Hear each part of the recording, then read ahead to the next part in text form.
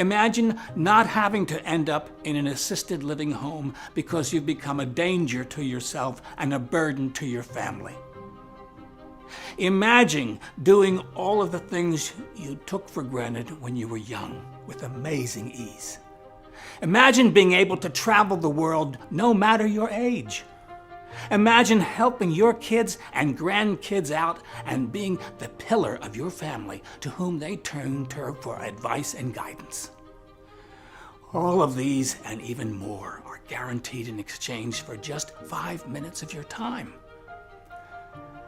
My name is Carl Henderson, and I'm a professor of psychology living in Austin, Texas. 3 years ago, my wife Lisa experienced a terrible senior moment at the age of 64. She was arrested when she forgot our 2-year-old grandchild, Liam, in the boiling hot car.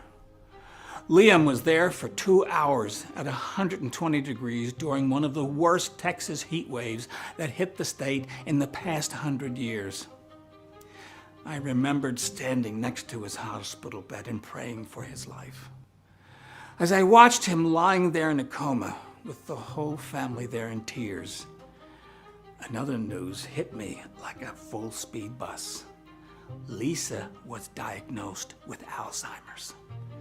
Your wife has an advanced form of Alzheimer's. Were you aware of that? The doctor asked. No, I mean, she's been forgetful, but no one diagnosed it. Make an appointment for her to be thoroughly checked out as soon as possible, he said.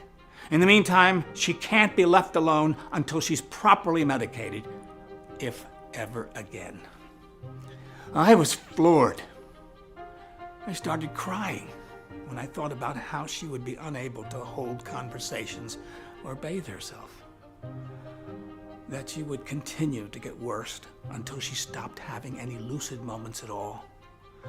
And that she would probably require 24-hour care at a nursing home before she finally passed away from the hideous disease. And with Liam, despite a close call with death, Liam made it out alive. But still it tormented me with fear to this day that he may be scarred for life. While Lisa, my wife, couldn't live with herself, she was constantly overwhelmed with guilt. She kept refusing to be alone with Liam out of fear that she may hurt him somehow. I feel unworthy of the word grandmother, Carl. I don't deserve to live for what I did, she told me one night while crying hysterically. I felt useless. I felt that I should tell her it would get better with time, but I knew better than anyone that time was not her friend. She'd only get worse. The once cheerful and chirpy wife turned into a gloomy and depressed shadow of herself. I hired a full-time nanny to make sure she was safe during the times I was not there. But Lisa stopped being involved with Liam altogether.